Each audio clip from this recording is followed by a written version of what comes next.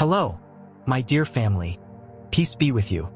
Today I have brought you the most popular movie called Even Lambs Have Teeth, which was released in 2015. My family, please help us by liking the video. Without wasting time, let's go to the movie. Yes! This is the story of two good friends, Katie and Sloan, who are having fun together. Everything is going well until one day they make plans for a fun summer trip. They chose to work at Ecofield Organic Farms for a month. The girls stayed at Katie's Uncle Jason's house for one night to try to make some money so they could go shopping in New York City before they left. He was a police officer and took good care of them. The next day, Uncle Jason took the girls to the bus station so they could get a bus to the farm. To stay safe, Uncle Jason told Katie to send him a special word at the end of each text message. The code words will be arranged in alphabetical order every day. On the first day, the special word was apple. After Uncle Jason left, Katie and Sloan had to wait an hour for the bus to come. To pass the time, they chose to chill at a nearby cafe. The girls quickly got the notice of two local guys, Jed and Lucas, who were brothers. They ended up sitting at the same table, and the girls introduced themselves with their fake names, Heather and Ripley. After a nice chat, the brothers happily said they would give the girls a ride to their job at the farm. Katie was unsure at first, but she saw how happy Sloan was and decided to accept their offer. But their trip changed unexpectedly when Jed intentionally drove by the farm where they were meant to work. Finally, they got to Jed and Lucas's house. Before bringing the girls to the farm, their dubious-looking mother invited them to tea. Uncle Jason texted Katie once they were inside. She told him everything was all right using their code word system. They soon realized that their beverages had been tampered with when they saw that their vision went fuzzy after taking a few swallows. Feeling scared, Katie and Sloan realized they needed to get away right away. They gathered all their energy, got up, and ran away quickly, trying to find a safe place. Unfortunately, they couldn't get away. Jed and Lucas caught up with them, made them unconscious, and took them back inside. The next day, the girls woke up trapped in the woods. Jed walked up to them with a creepy smile and told them that this would be their new home. He provided them with just what they needed to live, such as clothes, a bed, and a toilet.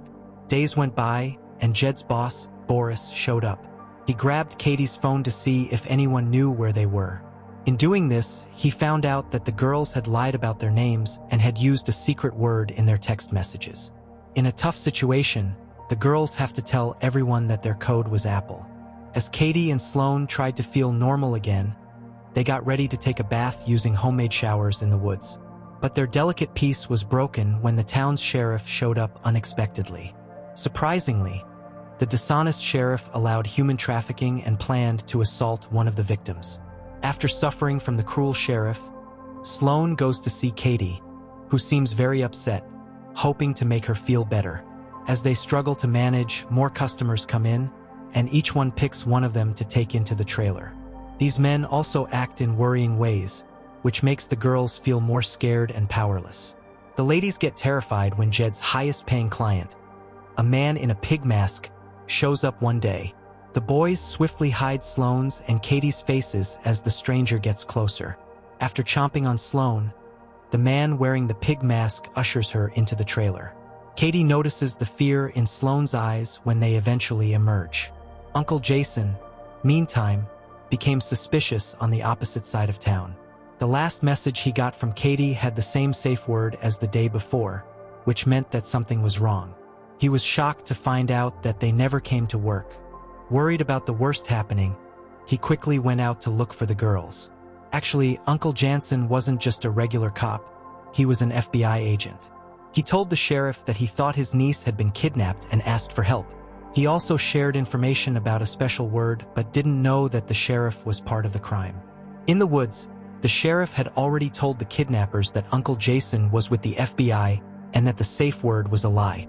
Worried that the FBI might mess up their human trafficking plans, Boris told Jeff to get rid of Katie and Sloan and hide their bodies.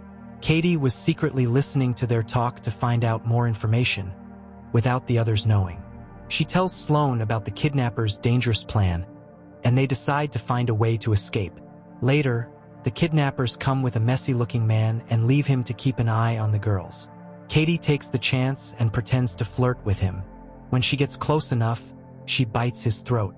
Just as they are about to get away, the crooked sheriff shows up, likely to follow the order to kill the girls.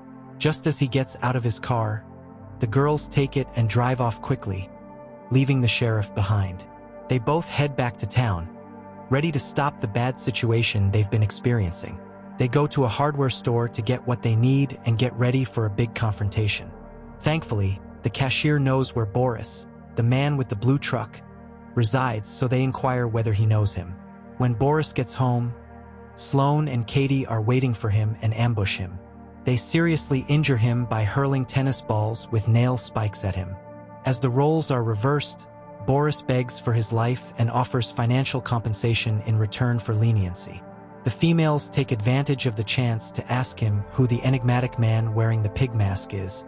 When Boris doesn't help, the girls take drastic action and use a makeshift spear to seriously hurt him. They are changing how they survive. Instead of being victims, they are becoming fighters. After finding out that the man wearing a pig mask is the town's priest, Katie and Sloane leave the church in their car. Sloane goes into the church and faces her attacker.